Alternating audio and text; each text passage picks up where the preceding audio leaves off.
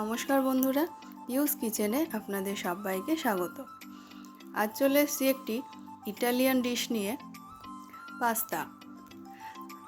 আজকে আমি পাস্তাটা বানাবো একদম ঘরোয়া উপায়ে। পাস্তা আমরা সকলেই ভীষণ ভালোবাসি, আর বাচ্চাদের তো কোনো কথাই নেই। বাচ্চাদের সকালে জলখাবারে বা স্কুলের টিফিনে এরকম পাস্তা পেলে তাদের মনও ভরে যায় আর পেটও ভরে যায়। তো চলুন দেখে নেওয়া যাক কীভাবে আমি বানাই। পাস্তা বানানোর জন্য প্রথমে আমি একটা পাত্রে জল বসিয়ে দিয়েছি আর দিয়েছি 1 চামচ মতো নুন। জলটা ভালো করে ফুটে গেলে তারপর আমি দিয়ে দেব পাস্তাগুলো, আর দেব 1 চামচ মতো সাদা তেল। সাদা তেলটা দিলে পাস্তাগুলো একটার সাথে আর একটা লেগে যায় না, আর খুব সুন্দর ঝরঝরে হয়। তো দেখুন কত সুন্দর আমাদের পাস্তাগুলো সিদ্ধ হয়ে গেছে। পাস্তাগুলো আমি একটা ঝুড়িতে ঢেলে নিয়েছি এবং ঠান্ডা জল দিয়ে ধুয়ে নিয়েছি। এবার কড়াই বসিয়ে নিয়েছি, কড়াইয়ে দিয়ে দিয়েছি আমি সাদা তেল। আমি এখানে দিয়েছি 4 থেকে 5 চামচ মতো তেল। যেহেতু আমি পাস্তাতে কিছু সবজি দেব, তাই সবজিগুলো ভেজে নেওয়ার জন্য আমি 4 থেকে 5 চামচ মতো তেল দিয়েছি। তেলটা গরম হয়ে গেলে আমি এবার সবজিগুলো দিয়ে দেব তেলের মধ্যে। প্রথমে দেব পেঁয়াজ কুচি। পেঁয়াজটা মোটামুটি একটু হালকা করে ভেজে নেওয়ার পর আমি বাকি সবজিগুলো দিয়ে দেব। আমি এখানে গাজর কুচি, বিনস কুচি, ক্যাপসিকাম কুচি, পেঁয়াজ কুচি আর কাঁচা লঙ্কা কুচি দিয়েছি। আপনারা চাইলে এর সাথে আরও কিছু সবজি অ্যাড করতে পারেন। তো দেখুন সবজিগুলো আমি তেলের মধ্যে দিয়ে দিয়েছি। এবার সবজিগুলোকে আমি ভালো করে নাড়াচাড়া করে ভেজে নেব।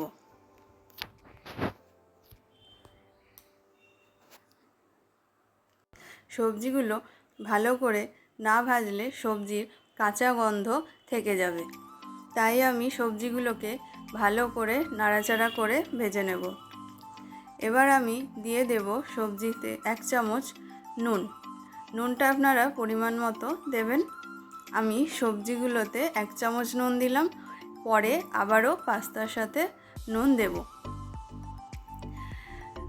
নুনটা দিলে সবজিগুলো তাড়াতাড়ি সিদ্ধ হয়ে যায়।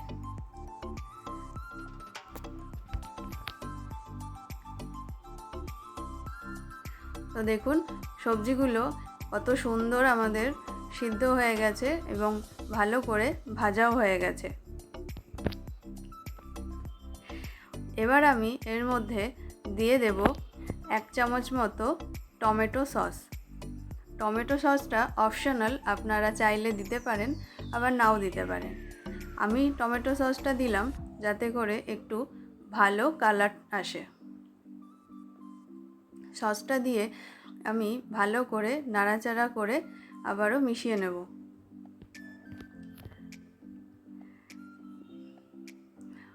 এবার আমি দিয়ে দেব সিদ্ধ করে রাখা পাস্তাগুলো। পাস্তাগুলো দেখুন জমাট বেঁধে গেছে। আমি খুন্তি দিয়ে এইভাবে হালকা হালকা করে জমাটটা ছাড়িয়ে নেব।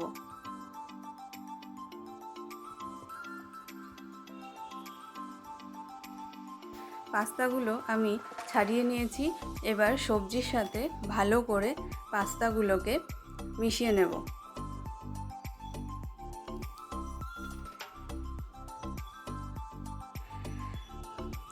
ভালো করে নাড়াচাড়া করে মিশিয়ে নেব। পাস্তা কিন্তু সহজে ভেঙে যায় না, তাই অসুবিধা কিছু নেই। ভালো করে নাড়াচাড়া করে মিশিয়ে নেওয়ার পর আমি দিয়ে দেব 1 চামচ মতো নুন। যেহেতু আমি সবজিতে আগে থেকেই নুন দিয়েছিলাম, তাই এখন 1 চামচ মতো দিলাম। আপনারা আপনাদের পরিমাণ মতো নুন দেবেন। আর দিলাম 2 চামচ মতো চিনি, যাতে করে নুন, ঝাল আর মিষ্টির পরিমাণটা ব্যালেন্স হয়ে যায়। তাই একটু চিনি দিলাম। নুন আর চিনিটা দিয়ে আমি ভালো করে আবারও পাস্তার সাথে নাড়াচাড়া করে মিশিয়ে দেব।